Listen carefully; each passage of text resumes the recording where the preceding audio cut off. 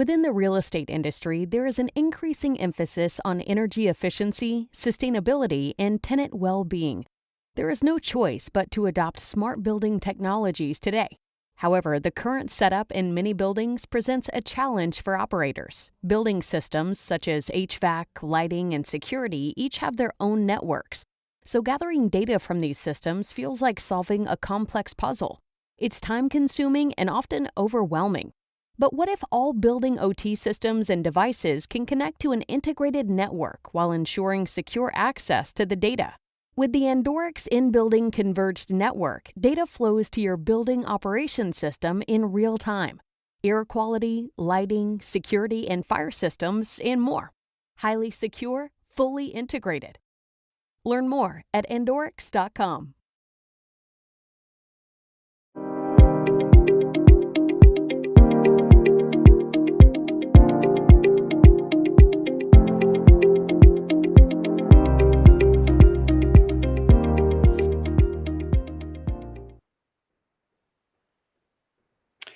Hello, everybody, and welcome to this week's episode of Realcomm Live. We have got another phenomenal conversation scheduled for today. I suggest you grab your cup of coffee or two. It's going to make your brain hurt. It is a topic that is near and dear and becoming more near and dear to us every single day: artificial intelligence. You cannot turn on the television, look at a website, read a news feed, and not see everybody talking about this emerging topic. I was at an event yesterday, and basically everybody was saying it changes every day, all day. The topic of AI. We knew back in 2016 when we first introduced it at Realcomm and IBCon that this was going to someday have an impact, and it was to last fall where ChatGPT kind of made its debut and took the world by storm. It was at that point we realized we could not handle this journey on our own. We needed to have experts, people much smarter than us in the Gen AI and other AI technologies marketplace. And so we were introduced to an organization, and I think you've heard me say this multiple times, SCSP, the Special Competitive Studies Project, led by Eric Schmidt. And I don't want to take too much away from our guest's summary of that organization, but the bottom line for us is it got us into an ecosystem of both Silicon Valley and the technology marketplace and Washington, D.C., that we would just not have been able to go. These folks are ingrained in some of the biggest companies in Silicon Valley and can basically pick up a telephone and talk to anybody in Washington, D.C., and at this point in time are very involved in setting the standards and the policies for AI at the governmental level in Washington. So with no further ado, let me bring on David Chee. David is the Director for the Economy for SCSP. David, it's an absolute pleasure to have you here today. I know we've been chatting a lot in the last couple of weeks, trying to wrap our arms around your new role at SCSP and past discussions with Liza and the team. So before we get into the meat of the conversation, why don't you give everybody a little idea of your background that led you to SCSP so they understand why you are in this very, very important role? Sure. Thank you, Jim. Always happy to communicate and work with Realcomm.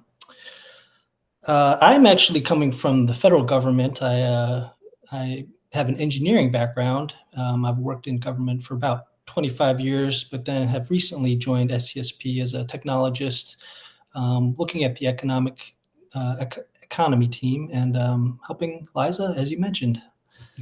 Now, is your background technology or policy or business? I mean, do you know code and hardware, or was it more at the policy level? More on the former. I work to develop and deploy a lot of systems, so I probably I'm a little bit closer to your audience. This is on technical systems and projects with state and with USG. So a little bit less on the policy side, but I'm learning fast and enjoying the knowledge base and the expertise in SCSP. So when you were at state and dealing with these technology issues, because it was the government and always have access to a bigger, broader set of data and information, were you dealing with things that the average person may not have had access to, emerging technologies? I think most of I wouldn't say we had more data. I mean, we had government data, right? So, Right. and a lot of it was State Department and information systems there. So, once again, another subset. So, I wouldn't say I'm a data expert or knowledge, broad swaths of government, but with the projects and the infrastructure in the state, that was the primary focus. Needless to say, some pretty big, important projects. Yes. I would sometimes wonder how folks in those positions sleep, knowing what's at stake with the projects that they're working on. All right, so let's get into SCSP. A lot of different things going on. Well, why don't we bring up that first slide and just have you give us a brief rundown on what SCSP is all about, and then we'll get into the rest of the conversation. Absolutely. So SCSP is a nonpartisan, nonprofit initiative, and we're based in the Washington, D.C. area. It was founded, our initiative or our project was founded and is chaired by Dr. Eric Schmidt, as you mentioned, and Ili Bayraktari is our CEO. We are divided into 6 panels or teams: foreign policy, defense, intelligence, economy, society, and platforms, that each look to make recommendations to strengthen America's long-term competitiveness in AI and other emerging technologies.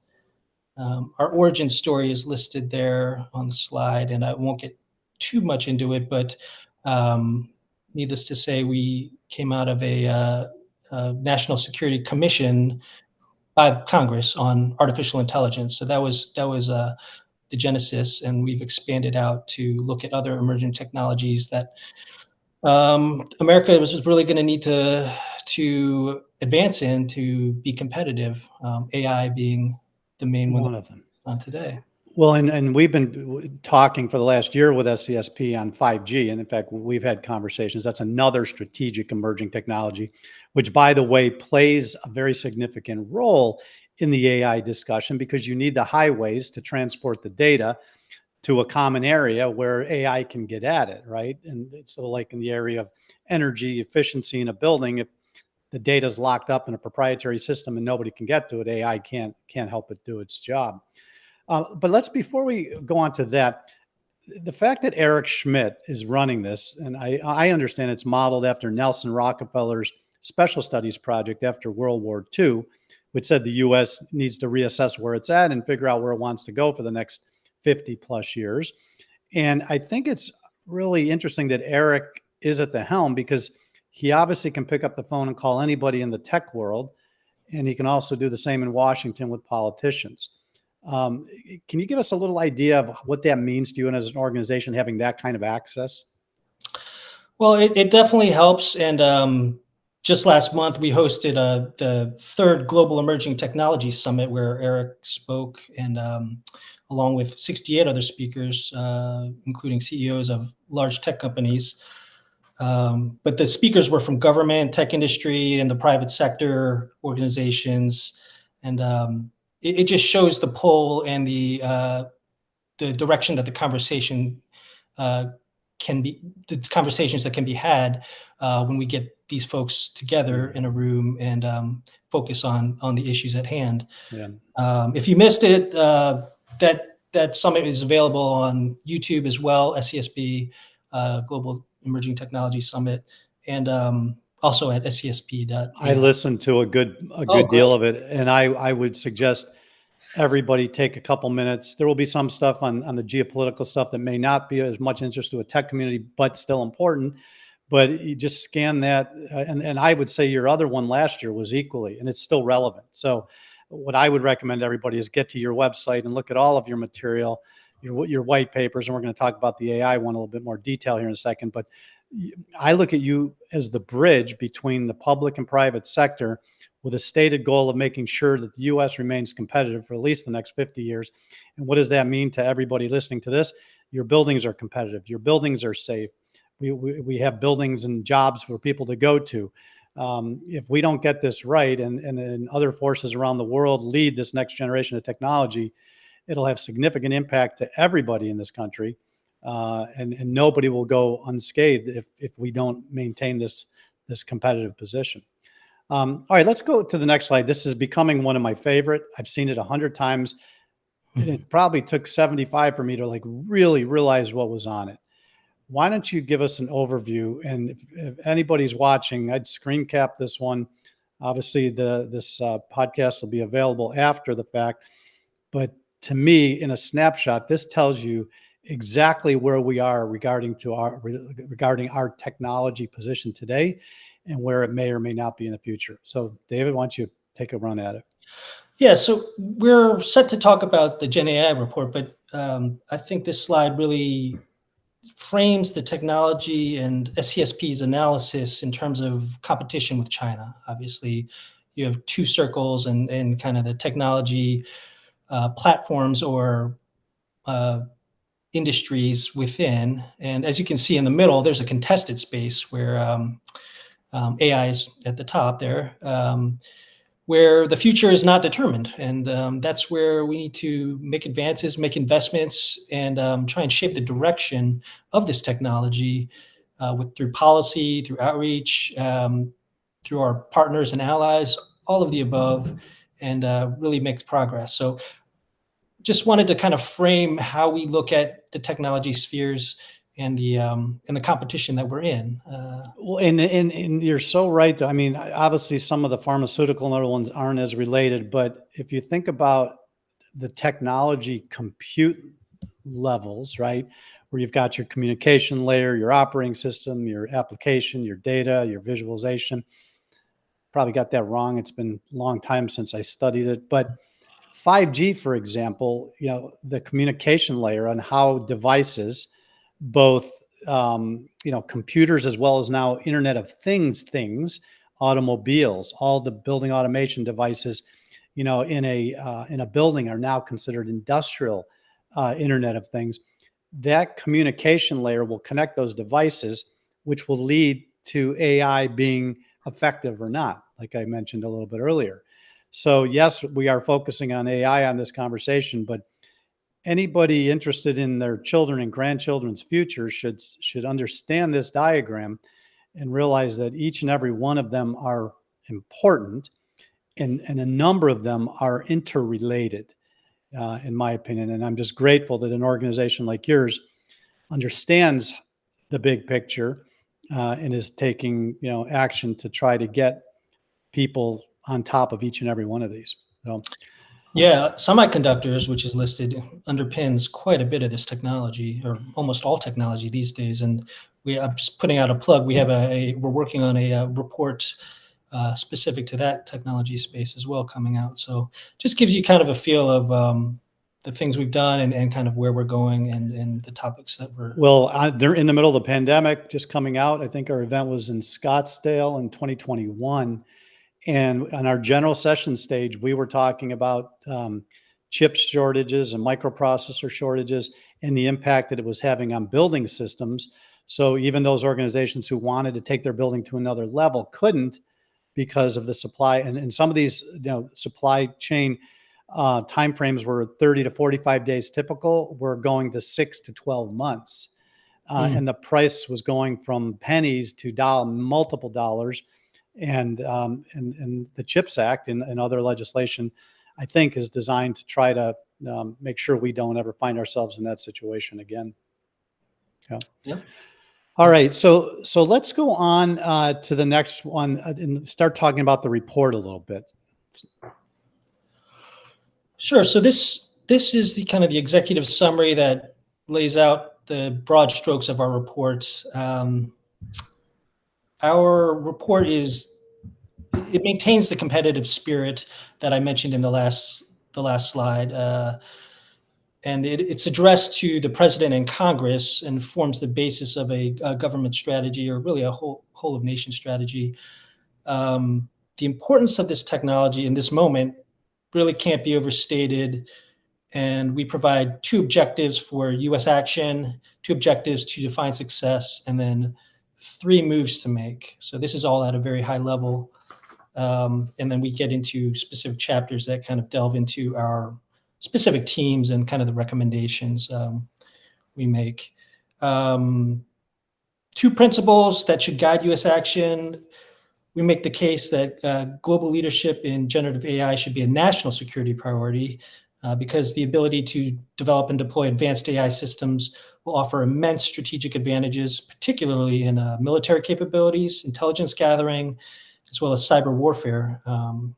We also make the case winning the platforms competition, which is kind of the key area, key technology platforms that described in that circle slide, is critical for our national prosperity as well, national security and national prosperity. There's a strategic imperative for the U.S. and its partners to support global reach of the platforms that are critical to this competition. So we want our values to be incorporated into the technology and not the authoritarian values of the CCP. So two questions on this. Pretty safe to say that you are in the mix in Washington, D.C., as it relates to the policy and the strategy going forward for this country. Is that a fair statement? Yeah, we are sprinkled throughout our report are key findings and recommendations, essentially, that cover all variety of the topics and based on the teams and the panels. So yeah, we are definitely making recommendations and keeping track of as legislation or policy moves are made. So I understand there's a team of senators who are specifically focused on AI. Are you in contact with them, and are they getting advice and guidance from you, and are they reading, this report? We definitely have addressed the report to Congress, and Dr. Eric Schmidt was part of a recent panel on AI because the Senate is doing a lot of fact finding and educational outreach to industry, really, and to the AI leadership, in the CEOs and the companies, to really get smart and then make legislation. So applaud them for that, and we're there to help guide that information flow as much as possible and point out areas of impact and where key recommendations can change the shape of things. I always try to gear towards the more optimistic, positive opportunities for technology, but unfortunately, every time we have to look a little bit of the defensive. And when you said the word national security, that made me think of cybersecurity, and we've already had discussions. In fact, we had a kind of a little demo at the conference where AI was told to go in and figure out every building system and basically figure out how to disable it. Right. And so is it fair to say that in the future, building owner and operators are going to have to be concerned with not just the existing technology, but these advancing technologies at keeping their buildings safe and operating? Absolutely. I mean, these connected systems, if you think of edge to the cloud, you really have to know what software, what hardware even is inside your devices, from an IoT sensor to, who are you renting your cloud services from? What kind of laws are they governed by, and data privacy aspects? Are they compelled to share their information with the Chinese Communist Party because since it's national security issue? You really have to know your provider, know your customer, know what's inside, and I think the government is coming around to a lot of those recommendations, and even making some progress on software bill of materials and things. So I know we're a little off target of the conversation, but related. Is it safe to say that a container ship coming over filled with digital displays to be hung on the walls of a major skyscraper in Manhattan, that container ship came from China? There has to be some protocol to make sure that technology is not compromised? Yeah, I think companies right now should be looking at that, of course, and then some of the standards and guidelines coming out of NIST and the government should help with that. like I mentioned, software bill of materials, that'll give you a little bit of knowledge on the provenance and how it was designed and what what open source software has been used and giving you some insight into what's inside your product. So yeah, absolutely. You don't So want you, that compute to be used for some kind of denial of service or anything like that. so you take more connectivity inside these buildings, and then you apply aggregated data, and then the power of AI. It's taking us to a whole nother level. Oh yeah, Okay. All absolutely. right. Let's take a brief break here from one of our sponsors. And when we come back, we're going to talk about some of the building blocks of generative AI and then and get into a little bit of a conversation about the use cases inside the real estate industry. We'll be right back. What would happen if we dared to intersect our physical and digital worlds? Could we defy expectations and dream of something new? Something better, smarter, more connected, more human. At MRI, this is the question we asked ourselves, and our answer is MRI Agora, the world's first hyper-connected, AI-powered, and human-centric prop tech platform. MRI Agora is the culmination of a decades-long vision to bridge the gap between all technology in the prop tech industry, connecting real estate visionaries with AI-first solutions that power every part of their business. Solutions that use smart data to break down barriers and deliver deeper insights. Solutions that build thriving communities. Solutions that make the world a better place to live, work, and play for every member of society. Today, the wait is over, and a new era of connectivity, commerce, and community begins with MRI Agora. It's interesting, even if you look at some of the commercials that we play in our breaks, how our leading vendors have embraced what, like you just saw. And I frankly think it's probably going to be a half dozen or so vendors in the real estate industry that aren't going to just talk about it or hype about it, but are going to deliver real AI solutions through their very capable and well-established platforms. So it's encouraging to see them all in on some of these ideas. All right. So what we're going to talk about a little bit is, what does it take to take full advantage of generative AI, in your opinion? Sure. So really, as you mentioned, ChatGPT opened up a lot of eyes to us, the generative AI world, but it's a specific to large language models, and AI and generative AI is going to impact quite across the board quite a bit of industries.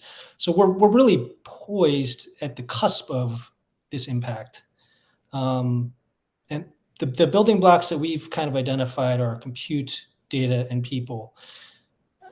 And when I say we're at the cusp, I think a McKinsey report recently said the order of magnitude of the GDP type impact is 4.4 trillion globally on an annual basis. So that's gonna impact software R&D across biotech. Much broader than just large language models. So I just wanted to emphasize that. But the building blocks are kind of the pieces that are going to unlock a lot of this, and what we're calling the generative economy. So under compute, our recommendation is that the U.S. should assure access to compute resources via cloud providers, encourage sustainable AI development, and protect U.S. advantage in microelectronics, as well as lead in developing novel hardware paradigms. So under data, we believe the U.S. should develop a whole of nation strategy for digital infrastructure and create a trusted regulatory framework that harnesses data for social and economic benefit, while paving the way to increase digital trade with allies and partners.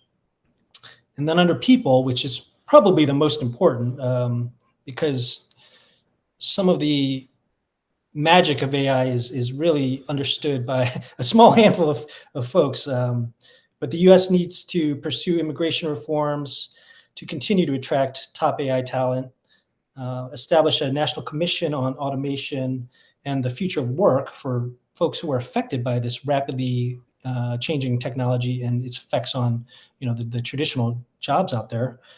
And then also develop curriculum and guidelines to safely deploy AI in the classroom and get the younger generation aware and on that technical track so that they understand and are conversant in the technology. Well, that's a lot to unpack what you just said, right? But on the people side and the displacement conversation, that impacts our industry, the built environment, because we built all these buildings, all this infrastructure for a pre-information age AI world where, we might have 20 analysts sitting in a building in New York City that could now be replaced with a server in a farm someplace, in the middle of nowhere, doing the jobs of those 20 people, right? And so there's two issues there. Is we built our world, for a post automobile Henry Ford world where you get in your car and you go everywhere. And now that that's changing, it impacts the infrastructure that we've built to do these things, to live, to work, to play.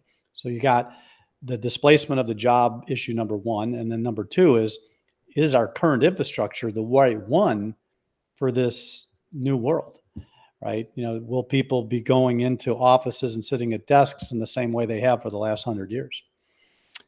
I think that question's still to be answered, right? It's a lot of people trying to figure that one out. Yeah. Let's go to the next slide and talk about the opportunities, right? So, there's a lot of uncertainty, it makes people a little concerned, but there are a tremendous amount of opportunities. I'll give a quick one we were talking about yesterday is, can you imagine being able to take one photo, high resolution photo of Manhattan proper, and with a click of a mouse determine to granular accuracy what 20% of the roofs need to be repaired by virtue of analyzing those roofs, the condition of their tar paper or their rock or their shingle, and being able to very quickly and effectively make those improvements, as opposed to people having to knock doors of every single building owner in New York City to try to figure out which roofs need help and which ones don't. Very basic example, but that changes a lot of processes and a lot of way we do things, right? So why don't you give us an overview of the opportunities, as it relates to this flywheel illustration that you've got? Sure. And really, that's a great example because, like I said, we're at the cusp, and there's of the innovation being spread across many industries, and a lot of the implementation is yet to be determined. There is innovation power, and that's why we call it a flywheel, because it's kind of a self-propelling, momentum-based innovation accelerator. This technology. So there's a lot that is going to be impacted and come off of it. I don't think, getting back to the last topic, I don't think we're going to see wholesale replacement. I mean, at least in the near and midterm, there's going to be a lot of productivity gains and maybe 20, 30%, maybe even 50% more efficiency in the ability to write code. But I don't think we're going to see in the near term AI replacing completely. No, it'll, as all any new technology does, it takes time. And as we've done throughout history, as the old jobs are obsoleted, anybody who's concerned in now's the time to jump on ChatGPT, Bard, and all the other systems and learn and become that AI expert and apply it to your area of interest, whether it's photography, accounting, financial analyst, doesn't matter.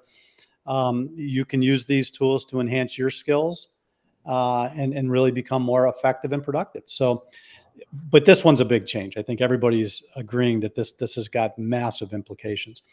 All right, we've only got a minute or two left. I talked about some of the use cases, obviously energy efficiency, market analysis of portfolios, utilization.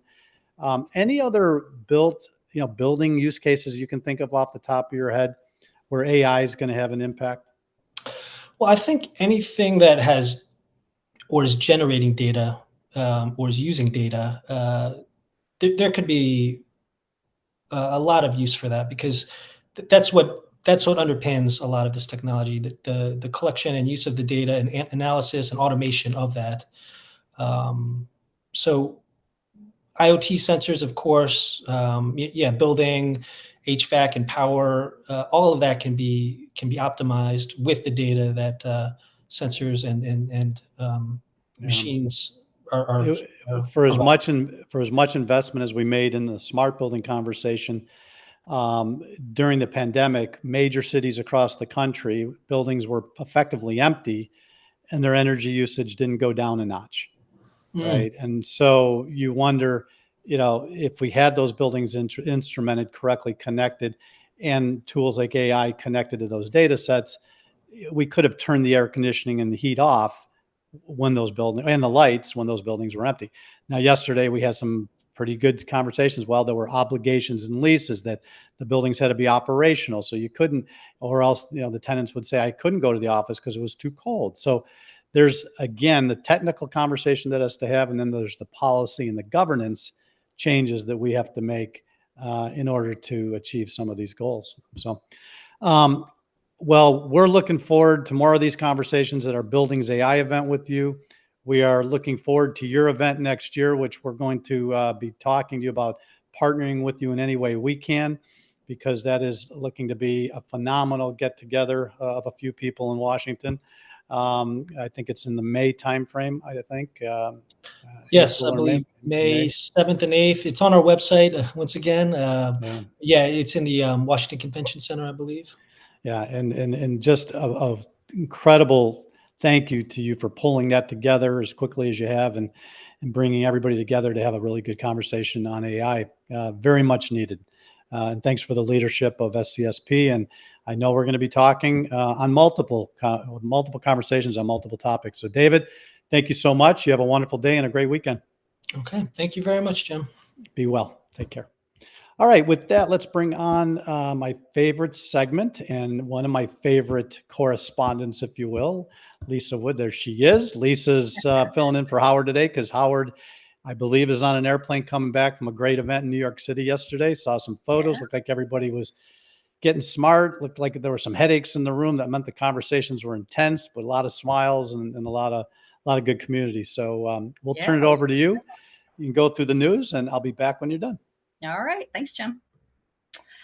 So everybody should know by now that our weekly briefing newsletter goes out every Thursday, and that it includes the top 8 to 10 stories that directly relate to commercial and corporate real estate technology. I'm going to give you a fast and furious highlight of the articles that we ran this week, so you know what to look for and where to find it. First off, a special shout out to this week's newsletter sponsor, Matt, who also contributed an article on the importance of an effective data management strategy and introduces the concept of an IDL, which is an independent data layer. That article is near the top of the newsletter, so make sure to check that out. So our lead article this week is on the convergence of OT and IT networks, and how every network is now actually an OT network. Or if it hasn't happened yet in your environment, it will soon. The article sets the stage for addressing the new security challenges the convergence requires, why it's important to take seriously, and the 5 things every organization needs to consider before spending another dollar on your legacy security system. I won't go into what these 5 things are. You'll have to read the article, but I will give you a little heads up that zero trust across the platform is paramount, and also that you should consider using AI, but understand what you're getting before you buy it, because not all AI is created equal.